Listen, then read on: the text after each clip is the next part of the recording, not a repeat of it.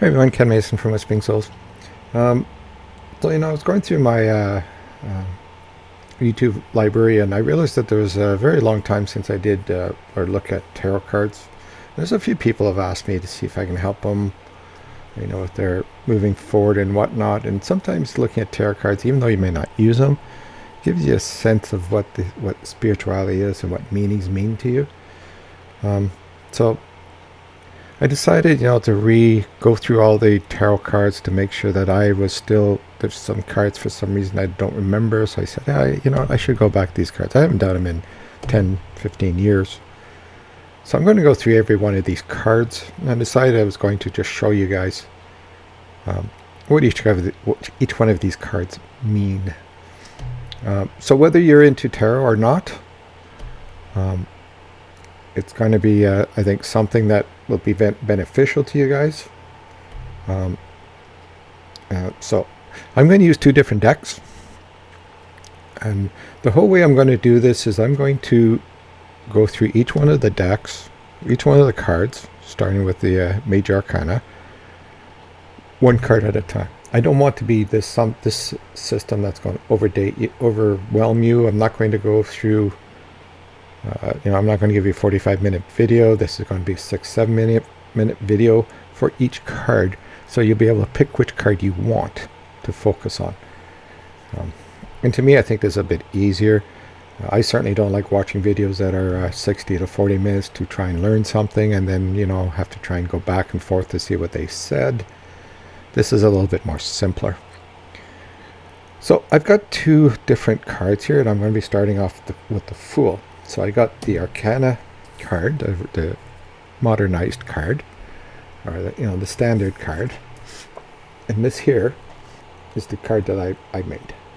So what I want you guys to do is just look at these cards, and now stop the video and write down what you feel these cards actually mean.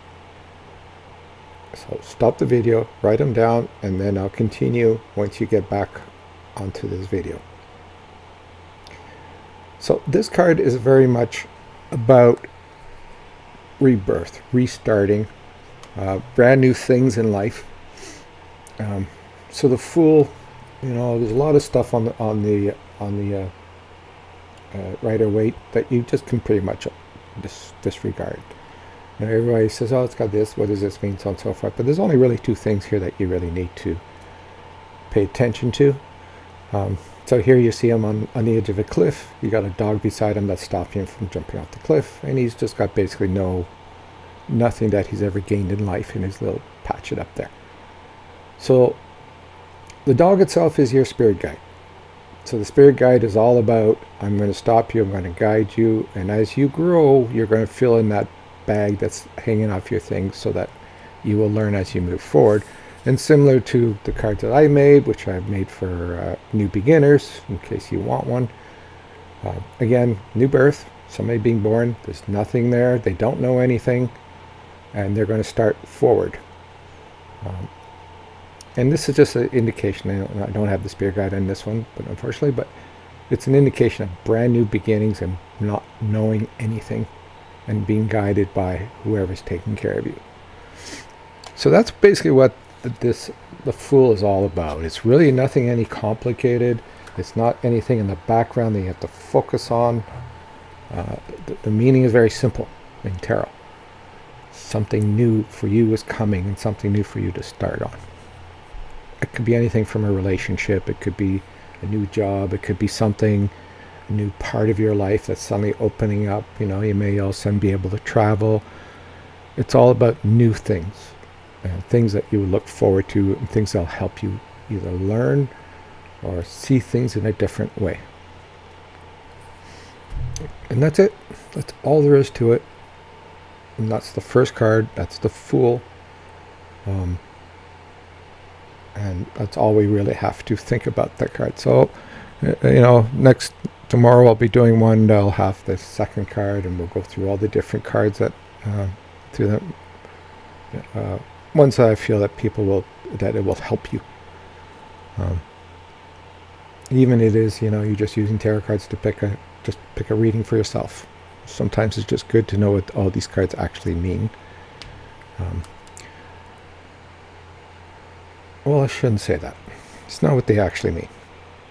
They are what are the general terminology for them, and I apologize for saying that. They're not what they actually mean. The reason I asked you to write down what you thought they were is because that's what they mean to you.